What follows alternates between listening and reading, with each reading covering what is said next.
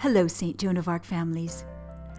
Welcome to our second story of Advent. Before we start, find yourself a comfortable place to curl up to watch and listen. For our second week of Advent, we think about peace with a story called The Trees of the Dancing Goats, written and illustrated by Patricia Polacco. It shows how peace begins with understanding and love. Our reader is Tinia Moulder.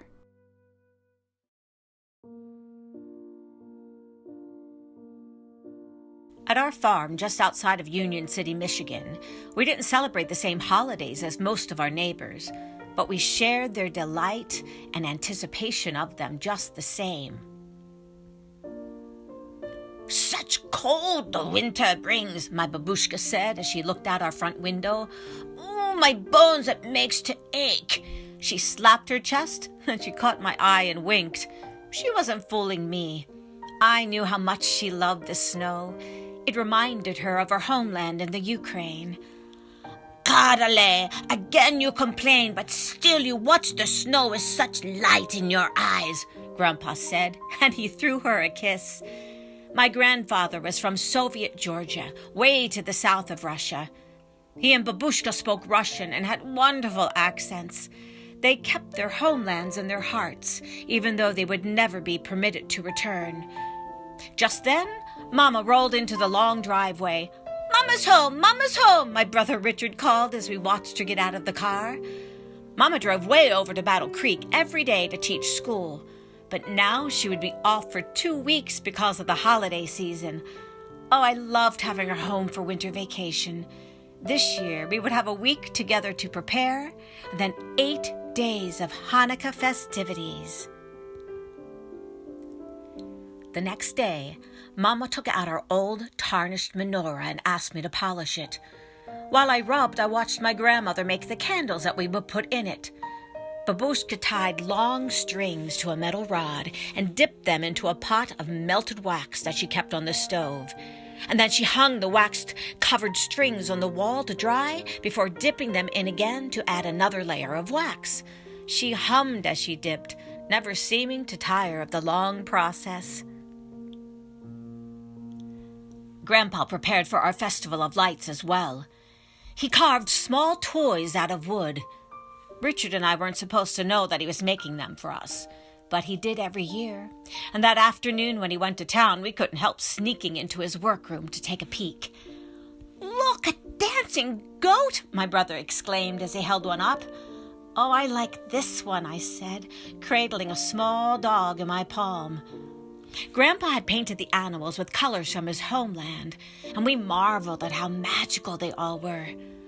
"Do you think he made enough for all 8 days of Hanukkah?" Richard asked as he eyed the array of wooden figures. "Oh, you know he has," I whispered. I took one lasting look, knowing that soon Grandpa would wrap them up in colored paper. My mother called for me, and I thought she had caught us spying, but she only wanted me to go over to the Kremls for some cornmeal. The Kremls, our nearest neighbors, lived half a mile down the road. They were farmers like us, and at harvest time, Mr. Kreml always helped Grandpa. All the neighbors helped each other that way. "Friendship means something," Grandpa always said, "especially for those who till the soil." I practically lived at the Kreml's house because Cherry Kreml was my very best friend. We especially loved the holiday season, when I'd watch her family decorate their Christmas tree, and she'd watch my family light our menorah. I knew as we were bustling for the festival of lights at our house, the Kremls would be preparing for the arrival of Christmas at theirs. But when I got there, I found everyone quite sick. Even Cherry, who usually was full of fun, seemed quiet and weak. She was crying. "I hope St. Nicholas will remember where we live," she wailed. "But why wouldn't he?" I asked. "'Cause we haven't put up a tree this year, or even decorated. Papa's too sick to get out of bed and go chop one down." And then she coughed, an awful cough. I ran home and burst into our house with the news about Cherry and her family. Mama seemed very worried. Did you go inside their house, Tricia? She asked me. Sure, I answered. Uh-oh, my brother said. We all looked at each other. When your grandfather was in town today, Babushka said very slowly, Dr. Leach told him that many families around here have come down with scarlet fever. The Kremls must have it, and I sent you there, my mother said as she rushed me to the bathroom, pulled off my clothes, and soundly scrubbed every inch of me. Am I going to get it, Mama? I asked. We'll know in a few days, she answered. For the next few days, my family watched me carefully. As the days passed, it was evident that I was not going to get sick, but more and more reports came to us of neighbors falling ill.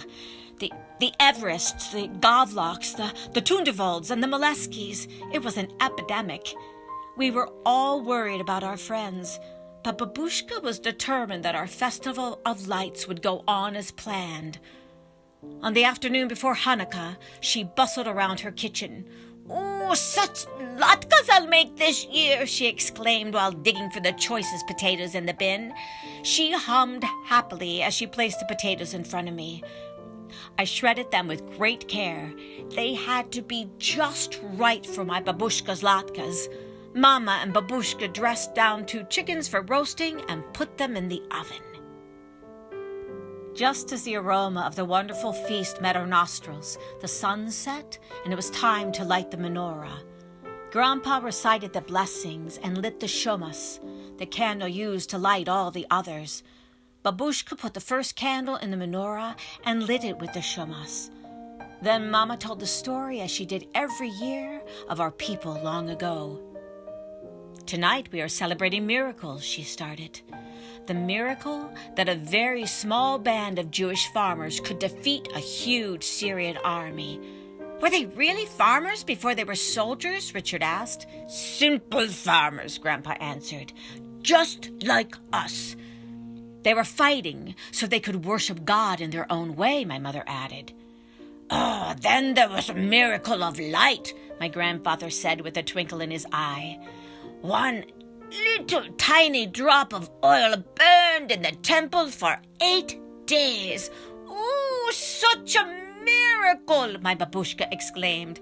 Miracles can happen even today, Grandpa said quietly. After dinner, Grandpa handed us the first of our beautifully wrapped gifts. He looked troubled, though. You know, he began, our neighbors are having such a hard time, and this should be a time of gladness for them. If only we could do something to make their holiday special. Oh, his voice trailed off. Babushka thought for a while. They always bring a tree into their house.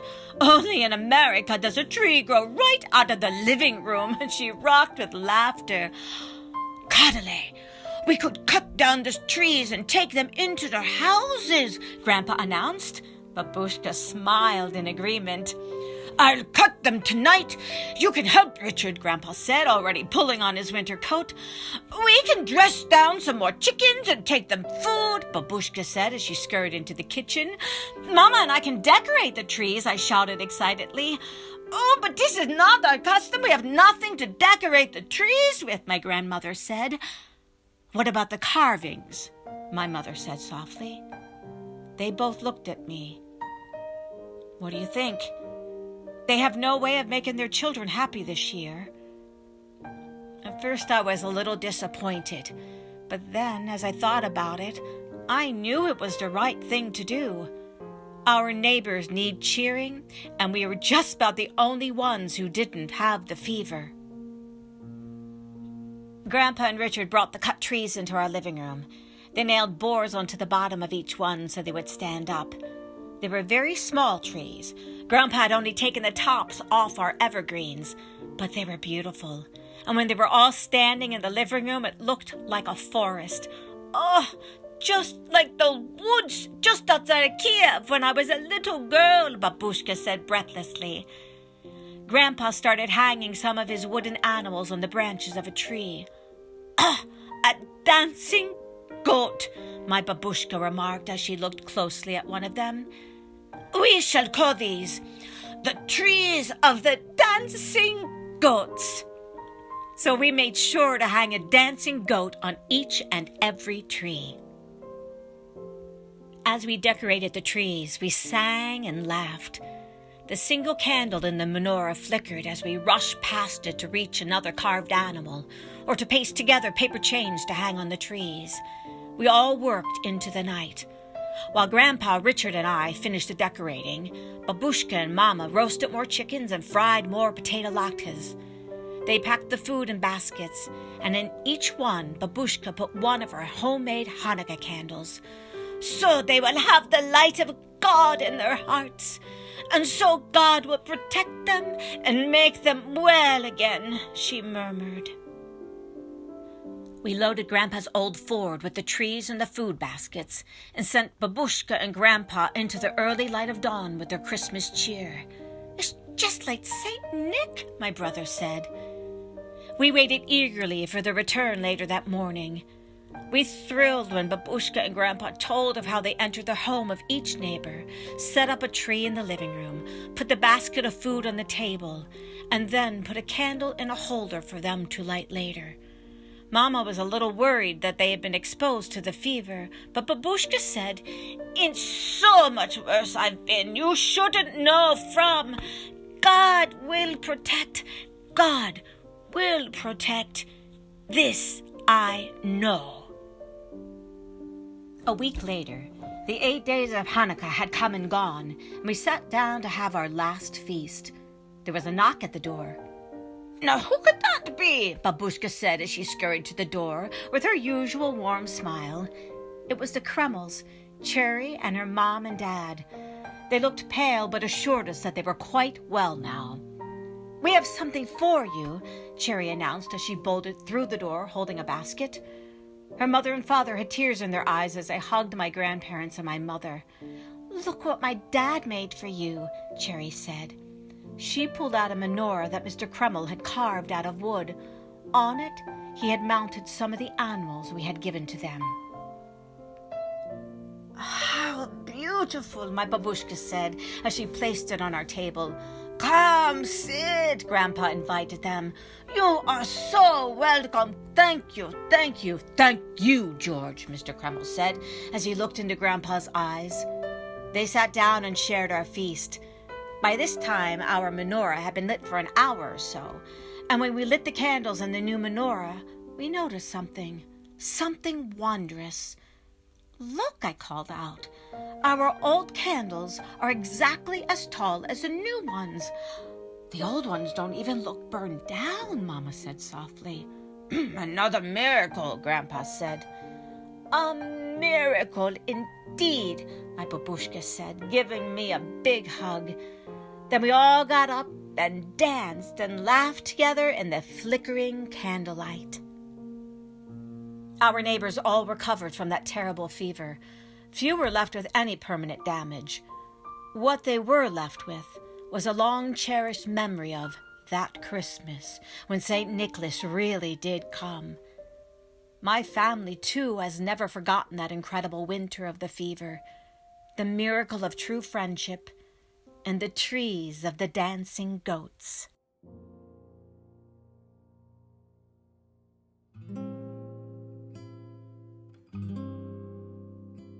In our story, a Jewish family brings Christmas to their neighbors. They give a generous gift from their hearts and show us that the real miracle of both our faith traditions is love. And this love is the path to peace between people. For this second week of Advent, how might you practice peace with your love? What small act of peace could you bring to your world each day? Have a happy second week of Advent.